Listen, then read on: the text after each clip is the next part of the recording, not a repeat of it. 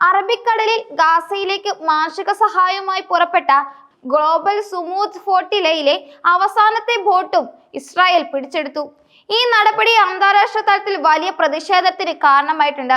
പ്രാദേശിക സമയം രാവിലെ 10:29 ഇസ്രായേൽ സൈന്യം മാരിനേറ്റ് എന്ന അവസാനത്തെ ബോട്ടിൽ അതിക്രമിച്ച് കടന്ന് പിടിച്ചെടുത്തത്. ഗാസ തീരത്തു നിന്ന് 42.5 നോട്ടിക്കൽ മൈൽ അകലെ വെച്ചാണ് ഈ സംഭവം.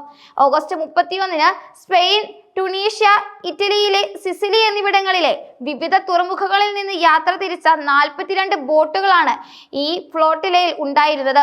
ബുധനാഴ്ച പുലർച്ചെ 120 നോട്ടിക്കൽ മൈൽ ദൂരമുള്ള അപകട മേഖലയിൽ പ്രവേശിച്ച ഉടൻ തന്നെ ഇസ്രായേൽ സേന ഈ ബോട്ടുകളെ നിയമവിരുദ്ധമായി തടയുകയും അതിലെ 500ഓളം വരുന്ന ആക്ടിവിസ്റ്റുകളെ തടവിലാക്കുകയും ചെയ്തു.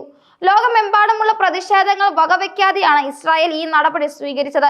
എന്നാൽ ഇസ്രായേൽ സേനയുടെ ആക്രമണത്തെ അതിജീവിച്ച് മാരിനേറ്റ് എന്ന ബോട്ട് മാത്രം മുന്നോട്ട് പോവുകയായിരുന്നു. എന്നാൽ ഒടുവിൽ ഈ ബോട്ടും ഇസ്രായേൽ സൈന്യം പിടിച്ചെടുത്തു.